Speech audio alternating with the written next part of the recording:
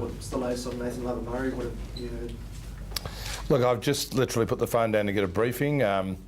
He's in hospital, expected to be released later today, as I understand it.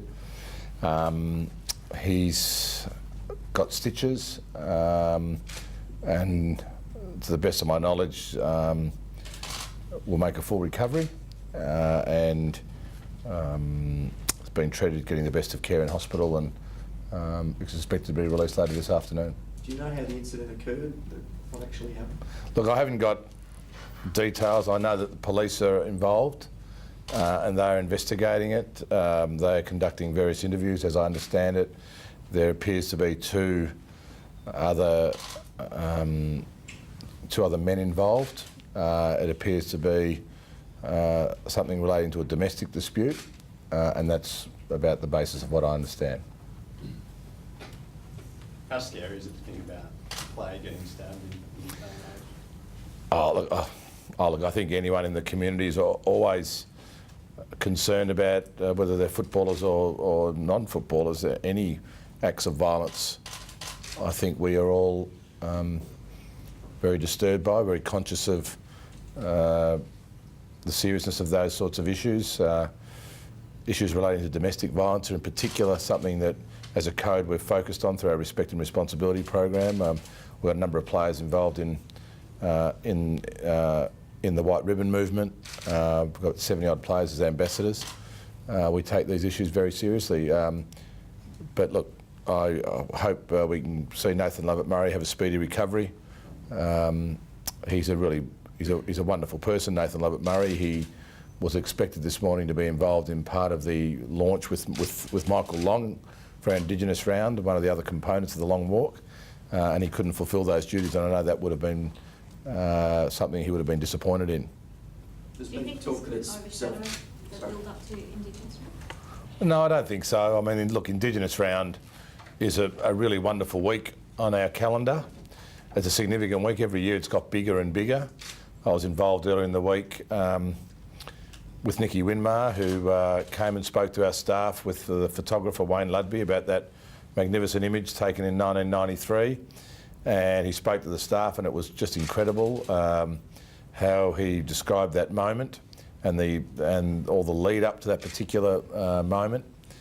And of course, you know, we did a launch yesterday with Coles, our Indigenous partnership. The Long Walk gets launched. We've produced footballs with all the Indigenous art on them that look absolutely superb. We're expecting in excess of about 80,000 people this Saturday night. 4 clubs, including this club, Fremantle, have produced some Guernseys that have got Indigenous images on them. It's a wonderful week, and it's a wonderful week to celebrate our great Indigenous talent and to also celebrate this year identity, which is important to the Indigenous community. So we've got lots of activities. We've got the Footy Means Business with Rio Tinto. It's a great week, the Indigenous week, so I don't think it will overshadow it at all. And were you confused by the rules and the rule interpretations of the game?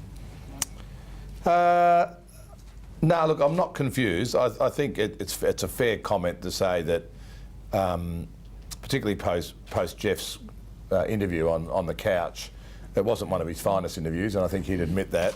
I think it was described by some in Victoria as the John Hewson GST cake moment. But look, I think Mark Evans has gone to great lengths since then to explain the rule. The rule is very clear. That doesn't mean that people don't get confused by the interpretation, and sometimes umpires make mistakes, and that's interpreted as a change in interpretation.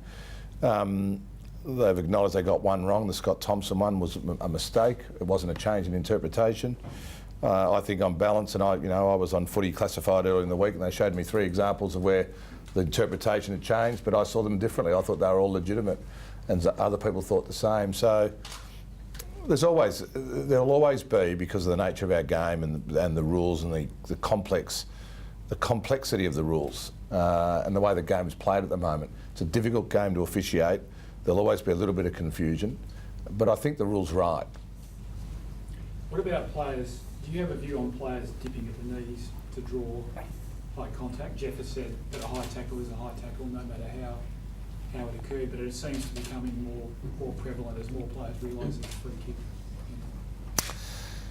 Look, I hear that commentary, and on balance, I think those comments sometimes can be emotional comments after a game. They seem to be directed to one or two clubs in particular, but the fact of the matter is, since football's been played, there are players who know how to milk free kicks, and it might not be that particular instance, but there are other instances. I mean, the great Kevin Bartlett, who sits on the Laws Committee, he was the great milker of free kicks in the days when we used to be able to throw the ball out and get grabbed as a hole in the man. I mean, that's what players do. They milk free kicks. And I think it's different than staging, or I think it's different than acting when people don't like acting and so forth. But it can be a skill. It can be a skill to milk a free kick. So I'm not as critical of. I mean, the incident last Friday night was a free kick. It was around the neck, as much as it was at the wrong time of the game for one particular club.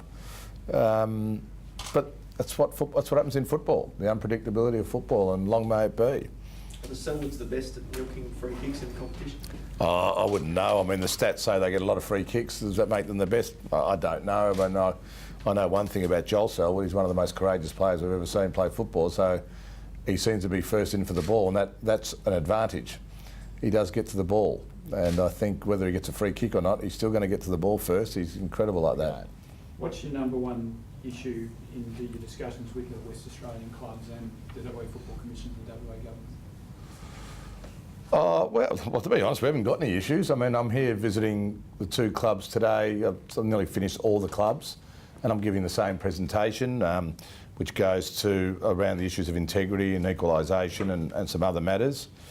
But I mean, look, we're thrilled with the way the two clubs are travelling at the moment. We're thrilled with the Coburn development that Fremantle announced recently. We're thrilled with the support from the state government around the stadium. We haven't got issues. I mean, we're working very closely with the Footy Commission and the clubs. I think football in WA is on the up, and we're thrilled. Would you have any concerns about a financial model for WA Footy when they go to the new stadium? Obviously, WA Footy basically has its own mini economy in operation at the moment. That has to be completely rebuilt. Do you have concerns that they may be able to come up with or may not be able to come up with a model that suits all levels of the game? Look, I haven't got any concerns at the moment. I think those discussions will commence at some point in time, as we did with the South Australians, with the two clubs in Adelaide Oval. We're incredibly grateful to Colin Barnett and the West Australian Government for the investment in this stadium. We understand this is taxpayers' money. It's got to have some benefits for the state. The two clubs, of course, contribute to the economic growth. West Australian football is contributing to the economic growth. I think everyone understands that we don't want football being disadvantaged. That's a starting point. But I think if everyone works towards the same objectives, I think there's upside for everybody, including the community, including the government, including the clubs, and West Australian football in general.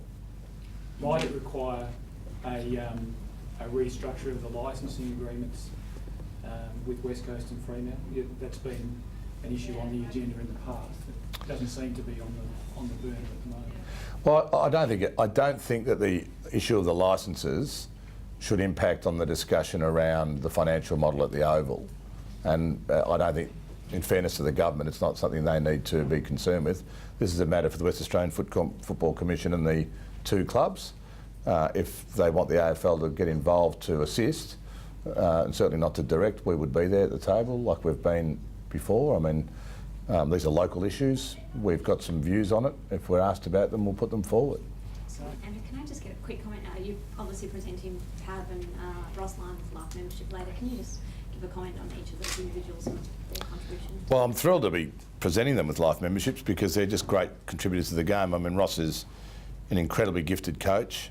He's demonstrated that at St Kilda, and he's now demonstrating it here at Fremantle. He's been a significant contributor to the game, also as a player, and he's served a great apprenticeship at the Swans and at Carlton. And he's thoroughly deserving a life membership, and I'm thrilled that I can get an opportunity to present it. And Matthew Pavlich, well, he's just, since he came from South Australia, he's just been he's one of the great legends of this football club. If you think about the history of the club and what he's done and his commitment to this club, the way he's carried himself as an individual off the field, his contribution to the AFLPA, the Laws Committee, he's a respected figure. You can't ask for much more from a player, but just about the all-round package. And it's great. I mean, life membership is a great honour of the AFL, and I can't think of two more deserving individuals than those two.